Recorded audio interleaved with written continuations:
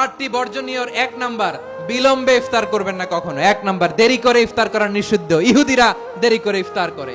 লা ইয়াজালুন নাসু আলা খাইরিন মা আজ্জালুল ফিতরা। বিশ্বনবী বলেছেন, এই উম্মত যতদিন আগে আগে ইফতার করবে, এই উম্মতের কপাল থেকে কল্যাণ কেউ ছিনিয়ে নিতে পারবে না। চিল্লায় বলেন ঠিক কি না? আজানের জন্য বসে থাকবেন না, সময় দেখবেন। স্থানীয় সময় যখন সূর্যাস্ত হওয়া মাত্রই বিসমিল্লাহ, খেজুর খেয়ে ফেলবো। পারবেন তো? 2 নাম্বার, রমাদানের পবিত্রতা বজায় রাখবো। কোনো তর্ক বিতর্ক অশ্লীলতায় আমরা জড়াবো না, ঝগড়া করবো না, সরাসরিও না, ফেসবুকেও না। করবেন? কেউ গালি দিলে বলবেন ইন্নিমরুন সায়েম, আমি রোজাদার। আল্লাহর হাবিব শিখিয়েছেন, কেউ যদি তোমার গালি দেয়, কটু কথা বলে, অশ্লীল কথা বলে, রমজানে তুমিও বলতে পারবে না। তুমি বলতে পারবা ইন্নিমরুন সায়েম, আমি রোজাদার। আজকে থেকে নিয়ত করেন, রমজানে কেউ গালি দিলে আপনি একটা গালি দিবেন নাকি? কি বলবেন? রোজাদার, রমজানের পবিত্রতা আমি ভঙ্গ করতে পারবো না। অশ্লীল নাটক সিনেমা আমরা দেখবো না। ব্যাড হ্যাবিট থাকলে রমাদানে এটা ছাড়ার মহা সুযোগ। স্মোকিং এর অভ্যাস আছে অনেকের, ঠিক কিনা?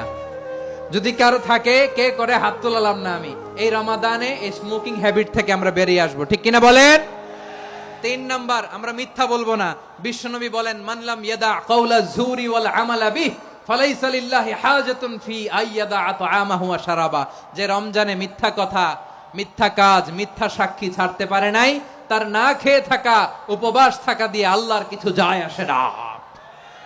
এজন্য মিথ্যার সাথে আমাদের কোনো সম্পর্ক আছে? মিথ্যা বলবো না। 4 নাম্বার, অপচয় করব না।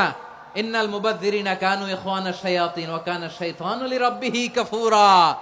অপচয়কারী শয়তানের ভাই। আচ্ছা, যে শয়তানের ভাই, ও নিজেও আরেকটা কি? শয়তান।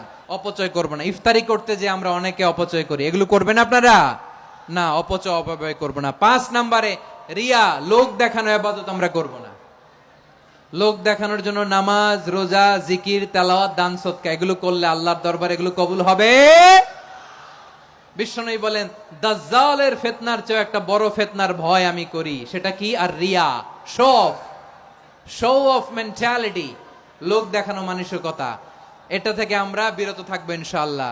6 নাম্বার, অনেক গুরুত্বপূর্ণ। ব্যবসায়ী ভাইয়েরা, অনেক অসাধু ব্যবসায়ী আছে, রমজান আসলে নিত্য প্রয়োজনীয় পণ্যের মূল্য বৃদ্ধি করে দেয়।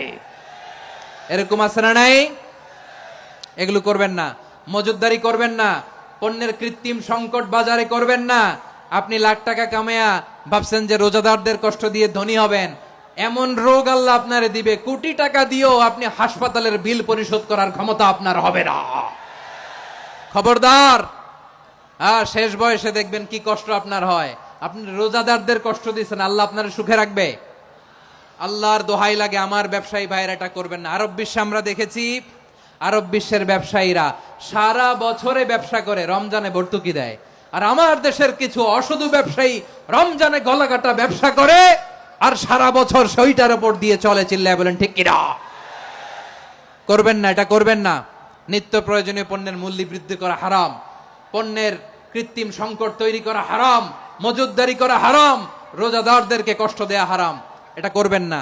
7 নাম্বারে, সর্বশেষ কথা, অধীনস্থ যারা আছে তাদের কাজের চাপ আপনারা কমিয়ে দিবেন। কাজের লোক, ফ্যাক্টরির ওয়ার্কার, স্টাফ, তাদের প্রতি যদি রহম করেন, আপনার উপর রহম করবে কে? এই পবিত্র রমাদানের 7টা করণীয়, 7টা বর্জনীয় মনে রাখা যাবে তো ইনশাআল্লাহ? রমজানের 7টা করণীয় এবং বর্জনীয় যে আমরা শুনলাম, পালন করার তৌফিক দান করো।